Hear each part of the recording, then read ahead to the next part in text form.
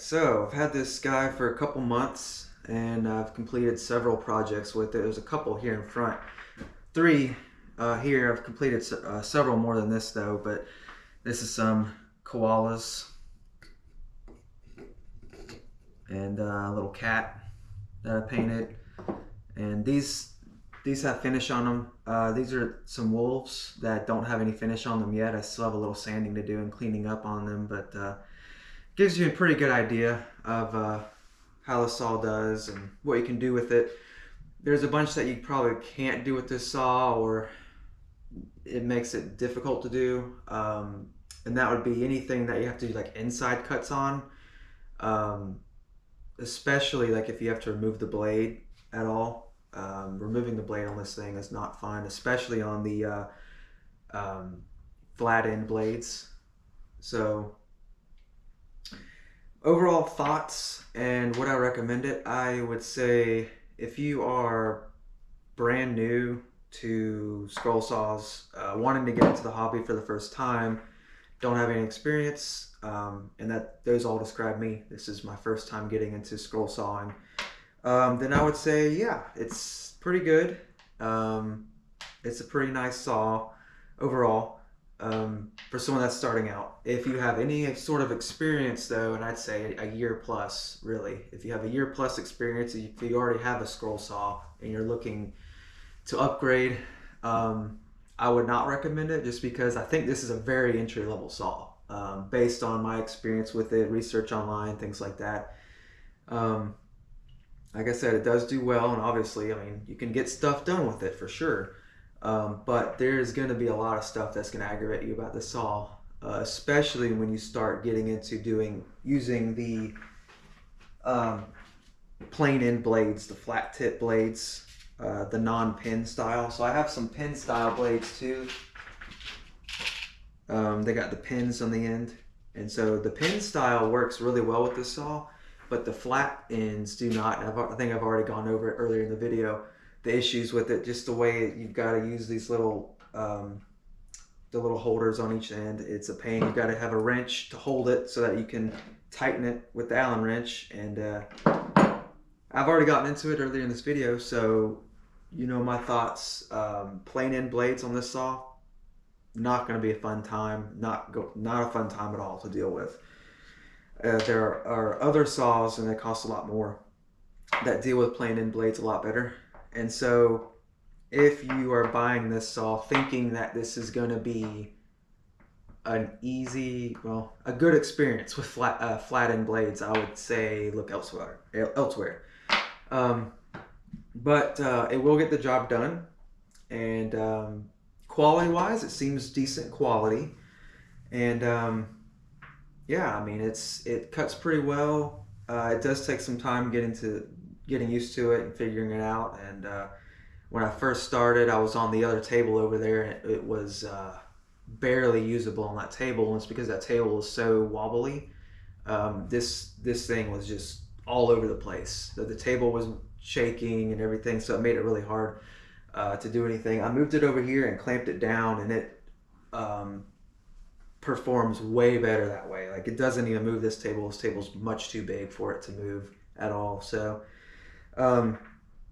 the other, and this isn't really a knock on the saw itself. I get that you've got to lubricate. It's just the way you have to lubricate it is kind of inconvenient, because you have to, tilt it on its side, each side, to lubricate, which means that if you were to want to bolt this down, which I would prefer to bolt this down versus using a clamp.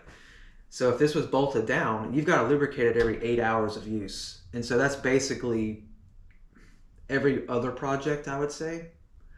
That's extremely inconvenient to have to unbolt to oil it every other time you go to use it. So that's why I've got the clamp set up. I would hope that higher end saws would have a much easier lubrication setup than this. So like I said, this is a cheaper saw, so there are some aspects you get what you pay for, kind of thing. So that's just an inconvenience. Using the clamp, no big deal. It works perfectly fine. So it's just one less clamp I have for other stuff. And I mean, I can still use it for other stuff, obviously. take it off here when I'm not using it, so no big deal. But yeah, other than that, I would say I'd recommend it. Yeah, I think I've gone over all the other little pieces of info and stuff. Like I said, I've kept this side panel off just because that being on is too much of a pain. So other than that, forgot to mention the rotary tool that comes with it. I figured I would use that a lot more than I have. And maybe over time I'll start using it more and more. I've used it some, and I could take it or leave it. I mean, I also have a Dremel tool. But I don't know. I mean, I thought when I bought this, it'd be really convenient to have to, drill holes in, when you're doing holes like you see in the eyes. It's not going to be good for that. And I mean, you can use it for that if that's all you have, but I've got a drill press, and that's going to be a lot better at doing that. So you can get a perfectly straight, parallel hole, or a perpendicular hole, I should say. Sorry. Drill press is just gonna be a lot better for that. And then as far as polishing edges and stuff, see, I've got a polisher on the Dremel tool here. Yeah, it works for that. Does okay. But comparing to just hand sanding the edges, I kind of like hand sanding a little bit better. And then I've got the spindle sander to get, the bigger edges. So I don't know. Like I said, the rotary tool, it works fine. It's just that I don't use it nearly as much as I thought I would. So, not a positive or negative to it. At any rate, one other thing I wanted to mention really quick. So one thing that makes it a little easier to work on these little guys is if you have, let me adjust the camera really quick. If you have a bench vise similar to this one.